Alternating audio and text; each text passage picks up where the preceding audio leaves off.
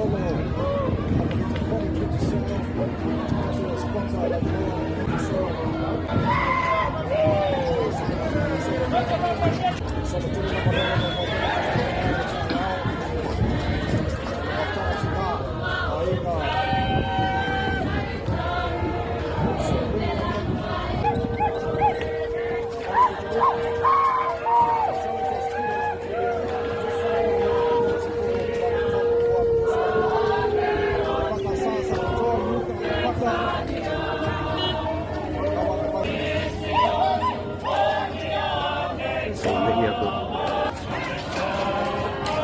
Island Breeze kasi na ako pakipia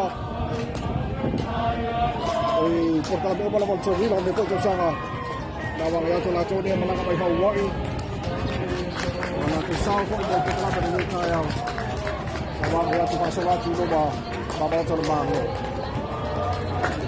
ya lo pasawatu kalau Taavale Teuteuina bobor nawang ay may tayo magtayaw Bobo mai fu al pitisao le compagnia lo sponsorina con la ballo si il fa boy con sa io le lo sabor wa che lo sponsor wa che lo super fa na utun sila tu yai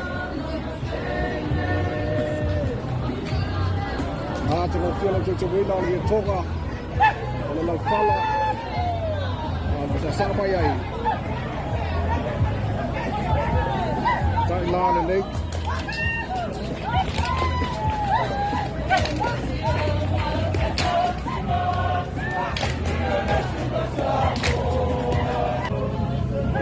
Tono la mormauta Catholico, Pampano Catholico, Lewa, Paese Tatu, Taavale Teuteuina. Tono la solo la partida hoy Contestants ko na yung contestant number 1. Solo la mo yung number 10. Tono la nga solo na yay.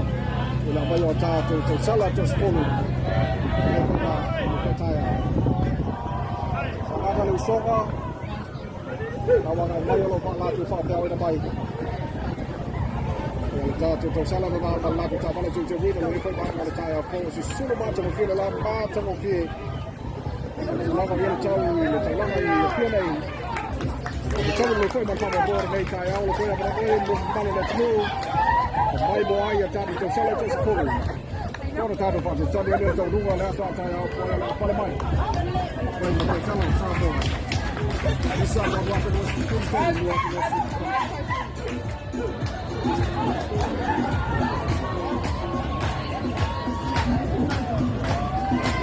Kaya tulad ang abalisat sa ating Taavale Teuteuina. Sa ating sulong malabang. Kung parang sulong naman ang tayaw. Kaya mga yatin mabaw sa lumalo. Malabang ko na po ang mga tili sa ating sabi na faktor na sa liyan. Kaya ito yung Cincinnati. Ay mabay ng blalo na ito. Kasi na ito sa salam ba ng Taavale Teuteuina. Kaya nga tayo.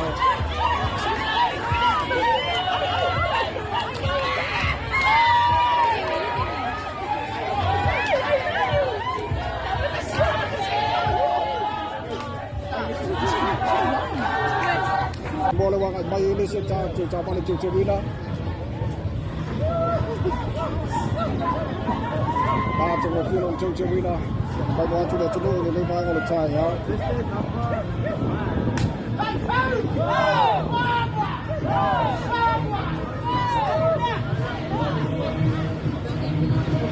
Now ito, Cincinnati. Tamaitai. Kung saan ang magkanaman ng maya, ito ang Taavale Teuteuina na.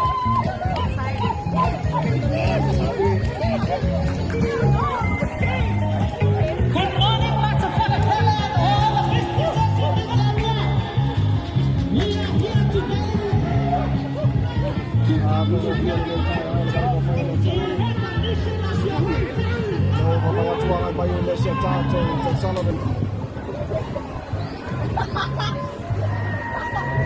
Contestant number 4 lewat kay Bay. Taavale Teuteuina ng April time will kaya ang Teuila mo sa Samoa sa pulong ng Samoa mo.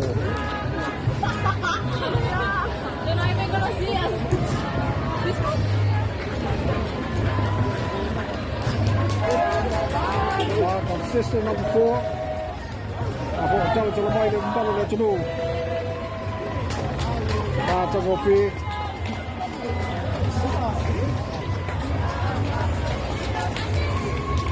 Tuon on tuon vuolla metu selma ja kapata Samoa on tuon jo. On missä on luotu vuosi taja. Kapata vuosi sala missä on New South Wales. Ja malmata vuosi forga mai. On saatu Contestant numero 9. Ja ole tuon sala poilla missä on New Zealand. Ja wangai mai lumon. On mai ko pasa nang really Samoa ni for taja. Ke bola ta te sala mai papa te Samoa. Al Taavale la umala ko to Samoa dai. Na wangai mai ni Samoa New Zealand.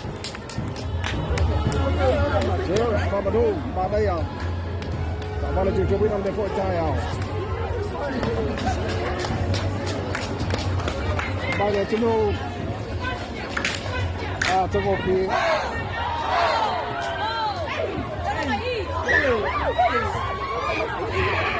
Last touch on all of the man.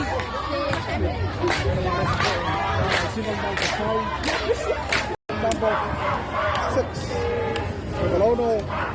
Bawa mai. Ini dia nak percaya bawa mai nak curi macam mungkin itu Teuila. Taavale lo korban tersala. System belono. Bawa mai lumo. Mai mau cari pasal lumo mai cari cara. Alei na Chinalo Pese, Golden Bayil Tersala, Contestant di Balono. Sekarang ada Sabo, Wakil Sultan dah sampai.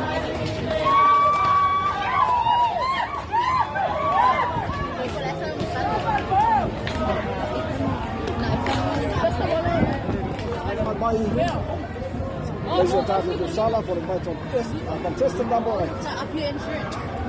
Salo lo Tersala bayi itu dalam bang. Awak bayi itu mau tahu, kalau pasal lama kita bertanya baca kopi Taavale itu mana. Kopi bayi tapi sudah bawa dalam bang. Sini masih ya. Kamu tu bayi bayi. Baca kopi Taavale Teuteuina. Baca Tersala. Kopi mandai.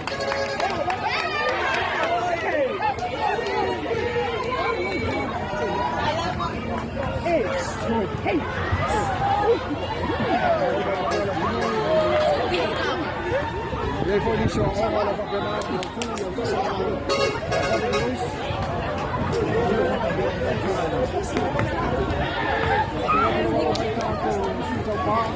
Teuila.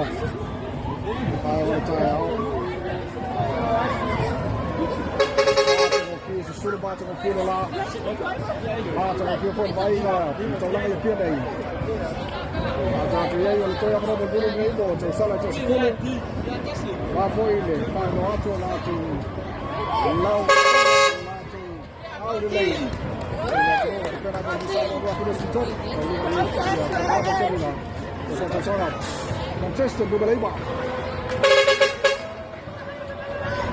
Baca kopi Taavale Teuteuina lewat air lima kali lagi tak. Table kaya.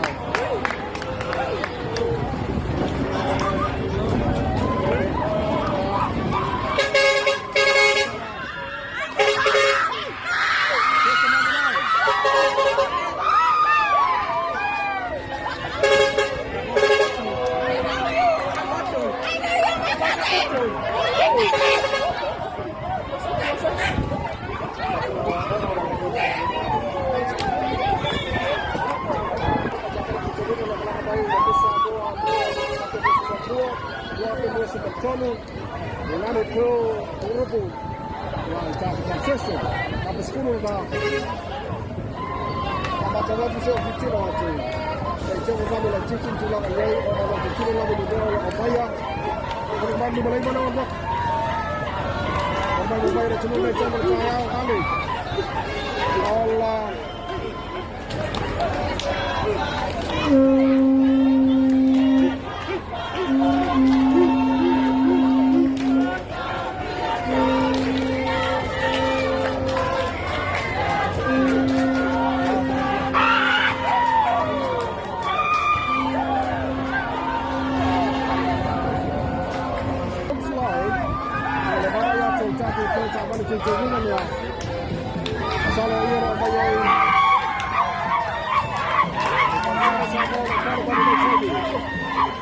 Introducing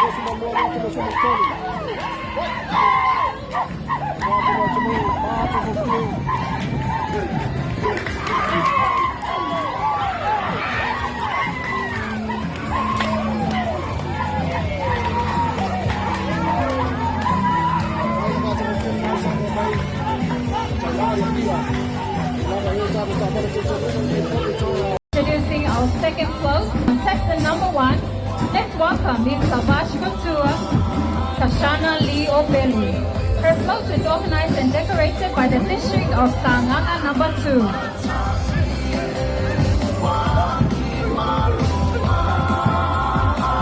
Malo Pachaini. Yung fai pule. Ya mesho tato tumalo man kono fabai. Kono fabai man tato tumalo sa nangalua. Titele.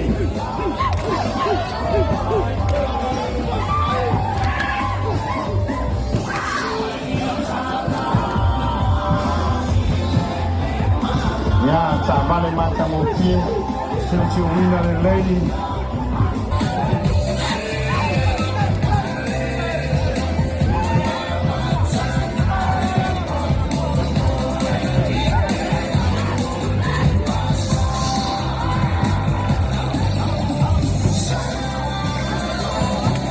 Ya, nawa ngai mai lalo sa mai tai Tauva. Ladies and gentlemen, your contestant number 1, Ms. Savash Couture, Kashana Lee Opelu, and the district of Sanganga number 2.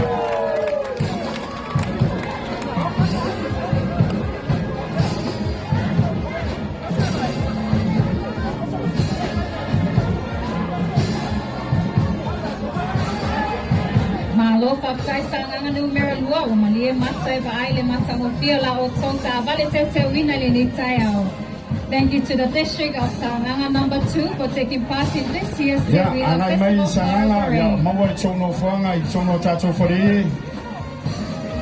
Malo Papsai Titele. Ya so mai tua mautu. Le titi sao le ye le Taavale le. O mai lumane.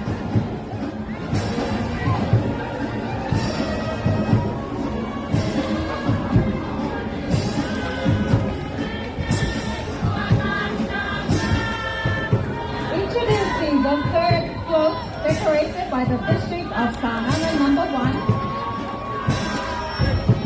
Joining the float is the contestant number 2, Miss Lotto Chow Agency. Moi Lotto le ula le mamai, Lito Lida to la Epa Teuteuina. Kanta sioto a sa Teuila ayatu i Taavale Teuteuina le mato, mai tumalo Sanganga numero tasi, maka Teuila ayatu i Miss Lotto Chow Agency. Moi Lotto, le ula, le mamai, Lito Lia, Teuila Epa Tia. Malo Papsai. Papsai le kono fabai. Ya atato Sanganga tasi. Mo tape na ina o tato Taavale le nei matangofie. Ma nei al toninga. Pulo mai le pulo Samoa. Malo Papsai.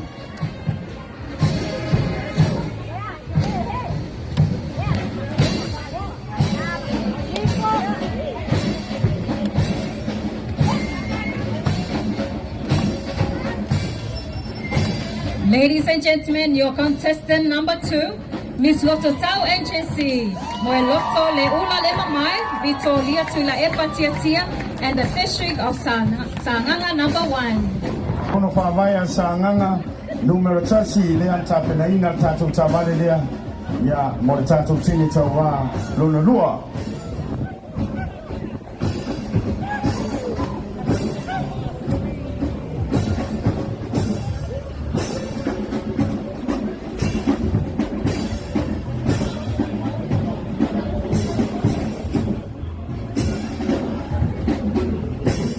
Introducing the 4 floats decorated by the district of Sanganga number 4. On the float is the contestant number 3, Miss Teuteuina Creations. Helen Saufayu Isitolo Lemesio. Put your hands together and welcome the floats by the district of Sanganga number 4 and Miss Teuteuina Creation, Helen Tauvau Isitolo Elisio. Wanga mai luma o le tātou whata nei, ia le tini Tauvalo na tolu o le tātou tauvanga. O tāpena ina la nātou Taavale, ia le whono whāwai a Sanganga whā. Iunga le li whaitole ia pālei, ia ma le whono whāwai Sanganga whā, tāpena ina le Taavale lea ua whaai o taunuu mai māmauta nei.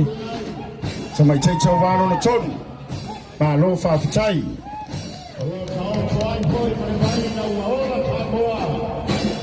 Mai mai le tupu. Kua ifo na ato. Samoa mai Sarongo. Ona tofu ora i le tāpe mai. O mai le ngā te pia kala kaka rātai. Le tofu ora oto te le pia mai ka parua rua. E Sarongo Samoa. E ai na le maoi. Whāwhitai tele Sanganga whā. Teuila langa mai ai.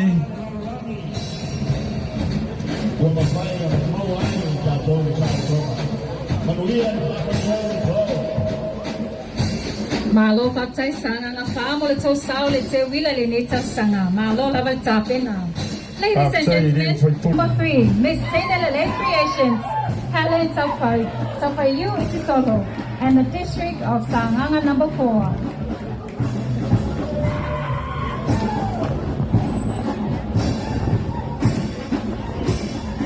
Fotu ai mai lunga le tātou whata nei, ia le tātou Taavale no na lima, ao le Tamaitai.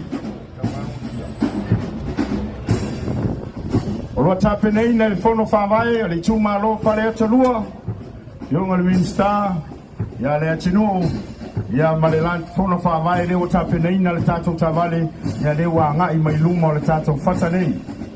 Ladies and gentlemen, let's welcome our 5th float, decorated by the district of Faleata number 2. Joining the float is contestant number 4, Miss Samoa Association of Sign Language Interpreters, Miracle Apele.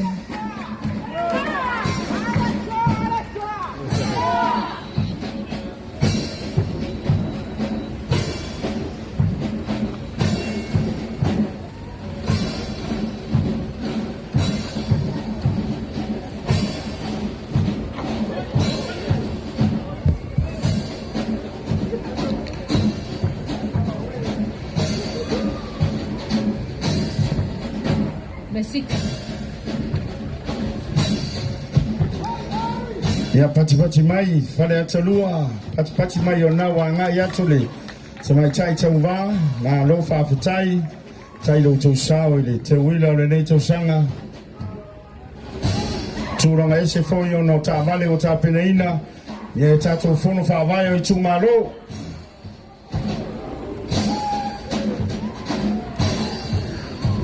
Ladies and gentlemen, your contestant number 4, Miss Samoa Association of Sign Language Interpreters, Miracle Apele.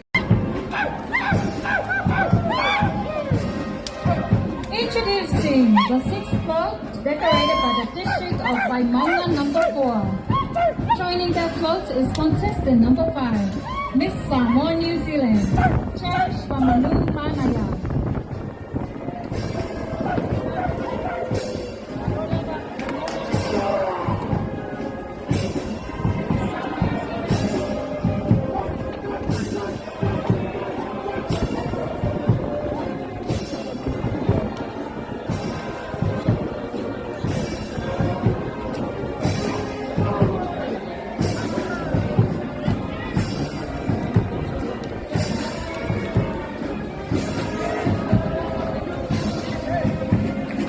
Pagkay bay mangan sa molo o sao le tato Tauvanga Taavale Teuteuina o Teuila o to malo lava le tāpena. Malo whaktai le tato whono whawai le tū malo vai maunga whā ia o le nau o mai luma le tato whata nei Ia o loa ngai mai e le Tamaitai Tauva mai New Zealand le Miss Samoa New Zealand Whawhatai Whawhatai Whawhatai te tāpenei no tātou Taavale.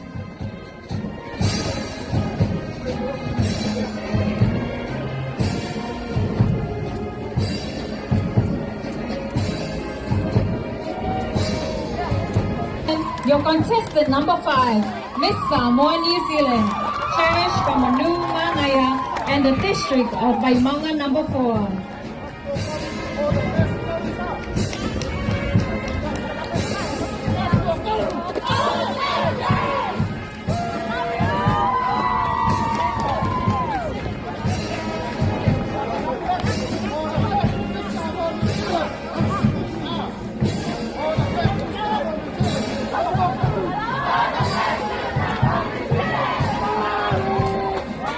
Malo whaptai le tātou korisi le whiwhi ia o te tono le tātou tūmalo vai monga whapatitere ia mata mo fiai whaptai le tātila taro mai tatau whaptai le awai mai ma le lao Samoa ia o lotu sao le Teuila le neto sanga whapatitere. Ladies and gentlemen, introducing our next float, decorated by the district of Anoa'a number 2. Joining them is Miss Chad Samoa by Leigh Von Dinklage. Ladies and gentlemen, please put your hands together for contestant number 6, Miss Chad Samoa.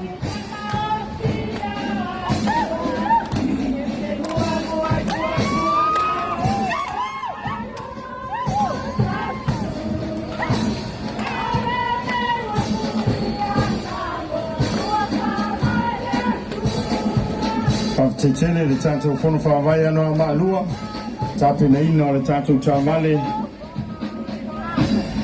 ngai mai ei le tātou tine tau wārona ono Patipisi mai le tātou atunu o la lala mai tono tātou whare e anga i atou Tamaitai tau wārona ono le tātou tauvanga. Welcome, your contestant number 6, Miss Chad Samoa.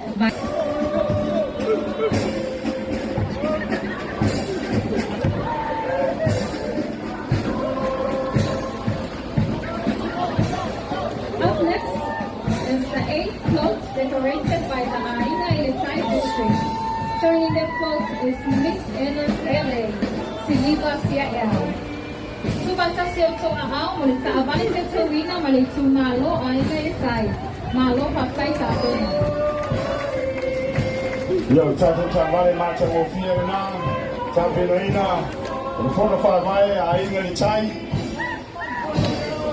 Piongo ele sui whonga petalai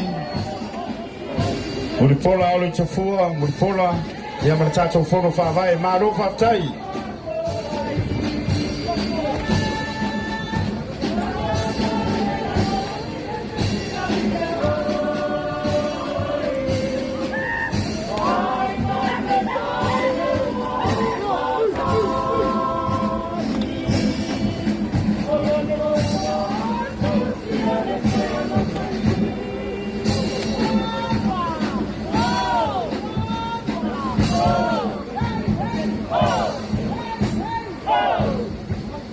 Ladies and gentlemen, please put your hands together for your contestant number 7, Miss Enos LA Siliva CIL and the district of Ainga Ilitai. Whawhatai le tātou tūmaro Ainga Ilitai tāpenaina o tātou Taavale Teuina o loutou saofoi lea le Teuila le neto sanga lo whawhatai.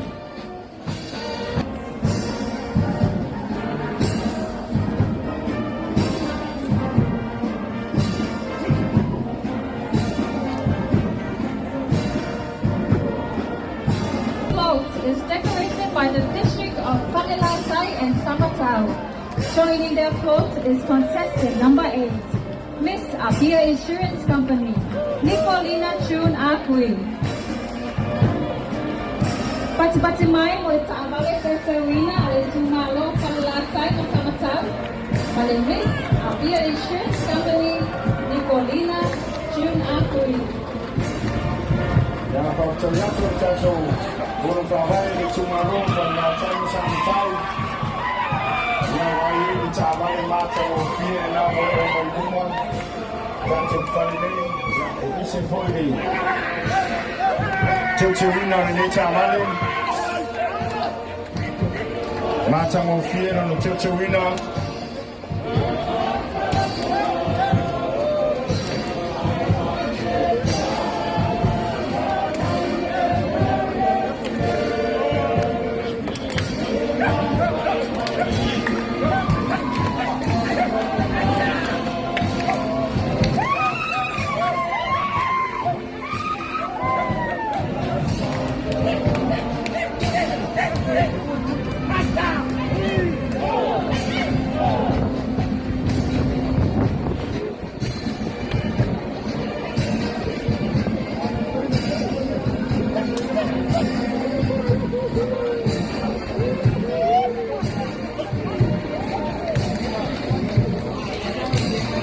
Faftai tele le tumaro fala tai masama tau ya morchape nei na le tato Taavale o lum tu sa foi le Teuila le neto sanga beautiful Samoa la le lei ya ave ai le mata mo fie fama mama fa mata mo fie le tato o tunu.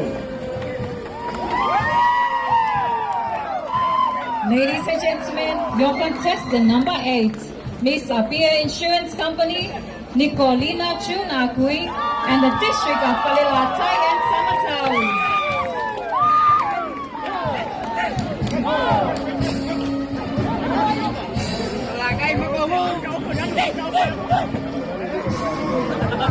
Magesto.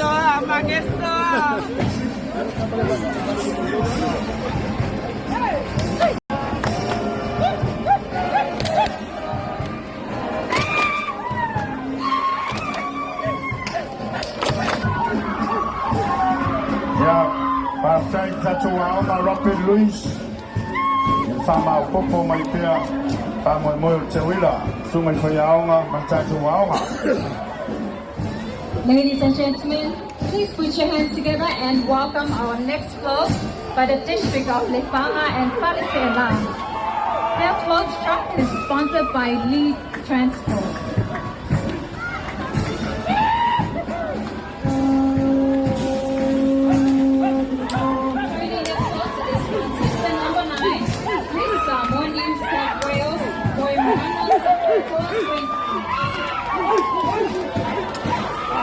Yo, Taavale wa au mai mo tata sa tata nei mo fa vai ni tu o fana makani sina ni na mama malosi ni Taavale ni Lead Transport tata nei na ya Taavale ya lo mai ni Taavale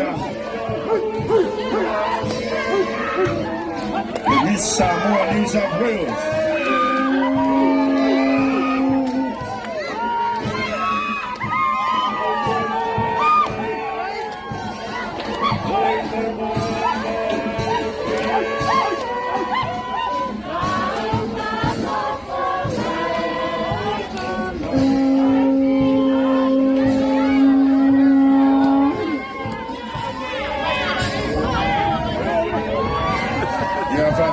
Yang ayong famole ya. Ay sa mo Tamaitai Tauva. Famole. Malo fatale tu malo le fanga ma Palesela, mo le tosau le tato fali ha Taavale Teuila lo o lo tolo. Malo la balta pena malo fai medele. Faftai le Lead Transport tapenaina le loli ya owa. Tapenaina Taavale Teuina tato tumalo le fanga ma Palesela. Ladies and gentlemen, your contestant number 9, Miss Samoa New South Wales, Moana Safa and the District of Lefanga and Palesela.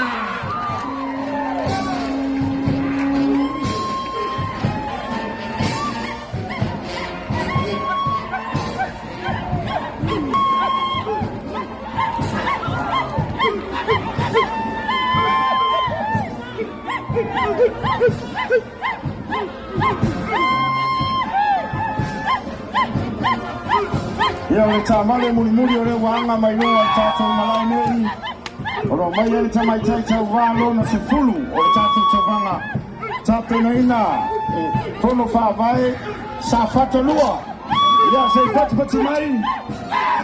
Ladies and gentlemen, introducing our last float for this year's Teuila Floral Parade 2023. Let's welcome the float by the District of South Tanda number 2. Joining them is contestant number 10, Miss RLA Couture, Carameli Sarah Patel. After Chile, Tiger Florida, leading star, Manu, Ringo Kazal, although Sour and Nate, our film leading star, Mario Favor. Teuteuina Taavale le fono whawai, sa whatalua, pati mai.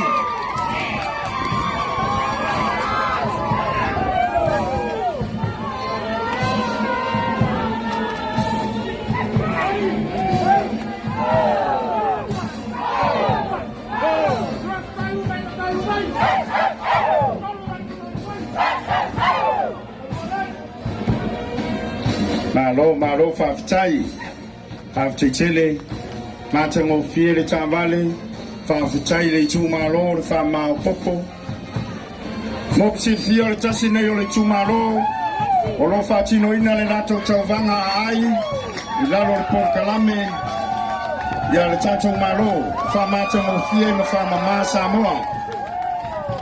Ladies and gentlemen, please put your hands together for contestant number 10, Miss RLA Couture, Carameli Sarah Patel.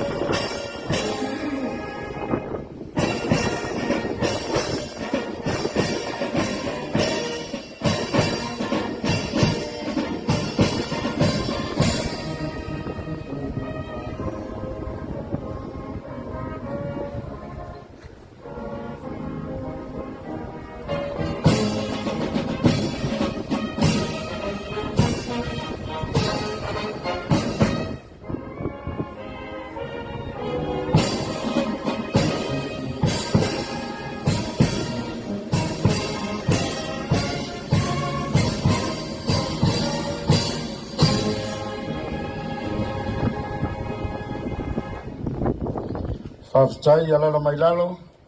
Thank you, be seated. Mapunei pare matu le whatamusari inga a tautai o vasa. Ina ua e manuia o tapae sa tofusia I le lango o le whalasa o le litai. A wā o lele ua whae e whaiva o tapae sa mamanu mamamae I sanga o le lai. Ai ua tuwai nei I tau mesina ma vai I mauta. E pei o upu e whai le vai maunga. Ina ua whai uina manuia le vai aso. O le whamanatuina, o le tolu tausanga, o whae ringa o le Teuila. E le titi ai le inga man whaafitai, e le tua o whaava e Samoa. Ona lona alofa tau mulimoli, ma lona a ao lawe ai. E tau ai manu le wha moe o le Teuila sa whengai ai.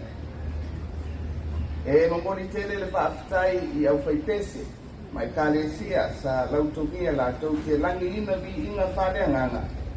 Sa tomua ai le nei vai aso, wha malo le tapena, whaafitai le tani pala au.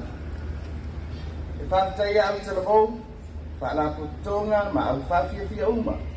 Sa au ai tau vanga o siva whareanga nuu, ai mai seo ta alonga. Ina ia toi whaola o la pea, ma muli tai le tama, ma li teine Samoa, ia na whaafiafianga maana tu, ma lana tautua tuawai e mita ai. O le mamanuina o ta mesina, ma la au maisi mea whaatino, o se tomai e ao o na whaataua pea, ma apo e au ngā tupulanga o lo whaiai. Whaaftaitele mo I lato uma sa tausinio ma whatinoina pea lene tāleni. E whaaftaia ia I tu malo Nā lātou tāpenaina Taavale Teuteu mo Tamaitai Tauva Tausala o Samoa le rua ake lua sifurutoni. Whapea le Onomea Productions o lo taula mua I le tāpenaina o le tauvanga mo se tausala o Samoa o le nei tausanga. E le whangaloina le whaafitai whaamisino mai lātou uma sa whaina lātou sao. Ina ia so longa manuia le whaatinoina o le Teuila. O le whaafitai whaapitoa foi I a tātou company. Ma pisinisi I sa pisosoani mai. Malango ina le nei tau mawhainga. Ua tutuna I nei le fina ngalo o le komiti ma le malo a wā te whaauawina pea o le nei whaalinga o le Teuila. O lea e taro atuai I le mamalu o le tunuu e au maini o tau fina ngalo. A wā se swinga e whaalele a tivi ai le nei whaalinga. O loo whaatino I Samoa, New Zealand, Australia, malunga o le upenga te whaailangi o se online survey le nei whaataratala noanga. O le anava tau ave, o le anava tau ave lava a le nei ala manuia, o le tūrisi ma le nei ati nai. O le tātou ngā ruenga e whau whaatasi, ma lima whaatasi e ala I le ngā lue uma o sos tangata, e whaamata ngōhie, ma whaamama Samoa, a wā tātou mālo ke ngā soroai. Mō Tamaitai e to se fulu, o le atau wā mo le sailia o se la le lei o Samoa, ia manuia tele loto ua lo whaiva, ai maise o tāwhena ngā uma. Wha manuia mai le atua o Samoa, au tātou whenga I e pēr manu tau o le soifua ma leola. Ma ia te patau la I pēr la tātou ba ai, o ia tātou te manuia, ma manu mālo ai. Ia manuia tele le whai uina o le vai aso o le whaalinga no na tos futonu o le Teuila I le nei tausanga. Mātango fie, tūrai mai ai, le Taavale sa Teuteuina, e le whono whaavai le tūmaro vai maunga wha. Ia se ia ngai mai le tātou tūmaro lea vai maunga wha, ia e watu lau tū whailonga, o le tusi whailonga, o le siaki tupe, ia e mese o tō pusa taxi e tolu, ma le pusa pisupo mai le tātou vaenga a liki, vai maunga wha e ese sui, wha mole mole.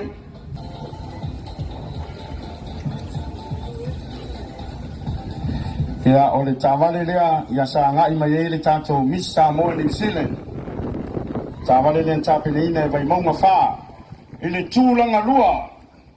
Le tūlanga lua o tūlai mai ai, le Taavale sa tāpeneina e le whono whaavai e le tūmaro. Whale la tai masamatau. Maua le tautusi whailonga, maua marasia ki tupe, ia mese o tō pusa painu e tolu, ma le pusa pisupo, o tō sao, ia le Teuila le netu sanga. Ia ma le Taavale wa manu malo, ia tātou Taavale Teuteuina, o le Teuila lua o lua tolu, o le Taavale lea na tāpenaina, e le pūlenga o le suavai, le Samoa Water Authority Employee Association, o le Taavale lea na ngai mai ai, ia le tausala o Samoa, ia le Tamaitai o Heilani, whawhitai tele, hawhitai le asosi, ia o tangata whai ngā ruenga, ia mō tō sao le Teuila, maua le sea ki tupe, maua le tusi whailonga, ia o tō pusa taxi, e tolu, ia e meise o le pusa pisupo, ia tali masine ai lo tō tau ki ngā le neto sanga, ia o wāle wha moe moe o le tātou Teuila. Oe o Samoa, e pele oe i le anganga, e te oe ma whatonga,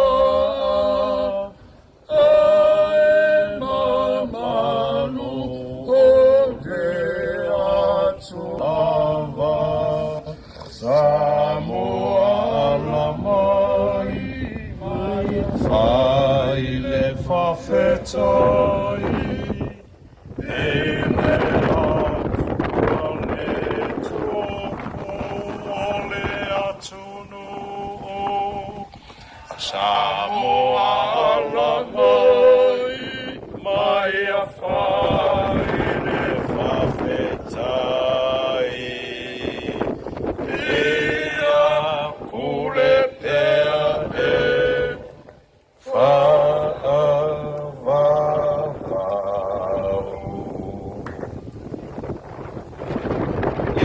lava oe lo mātou tua. Ia lava oe e oe le whawawau. O mai e le whamoe moe o rinei aso. Ma le a sauni foi e ta ape atu. Ma whola watu lo watu nu iala e sese. Tausia ma leo leoina, le soifua ma leola i o awang le lei. Samoa nei ma atunu ma mau sila mai mo mai e manatua i lato uma na matou tau saunia pet tou mo ataiao mo le lumana i whea i whiau tiu te mga ruenga o e stofiai i o matou lunga lo manuia tele le atua le tamaa le alofa siri ese o Yesu Keriso, le ali mo lo mātou whaola, o le mafutanga ma oia ngang paia, nei o i le whawawau lava, amene, amene. Ia whawtai tele, i le nei tai au, ia e miso le tātou mafutanga o mawhai o le whaiwinai, whamoe moe le Teuila, a tuamarifua tāpere whiri ali, ia taitai soifua ma leola, taitai o le tātou o tunu, ia e meso o tātou malo, Samoa o poto, ia ngā le leile tua ma whātau nuina, wha moe ngā uma. A o le taimini nei, ia Tamaitai Tauva e toa se fulu, ia e meso le lale nei o Samoa, ia o le taimini nei o lautou sāsanga. Sauia! Ia e vea fōi le nei taimi, ia e au alofa atua ialo ma whanau o le tunu. Ia o lo mai mo mai, ia o no whalanga maia o le ipo le larolangi, tātou manu Samoa. Ia ngai mai lunga.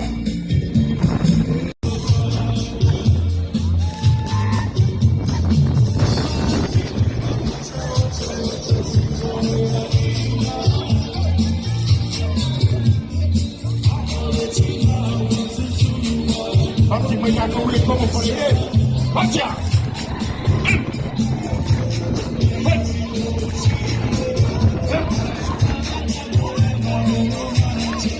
Vai!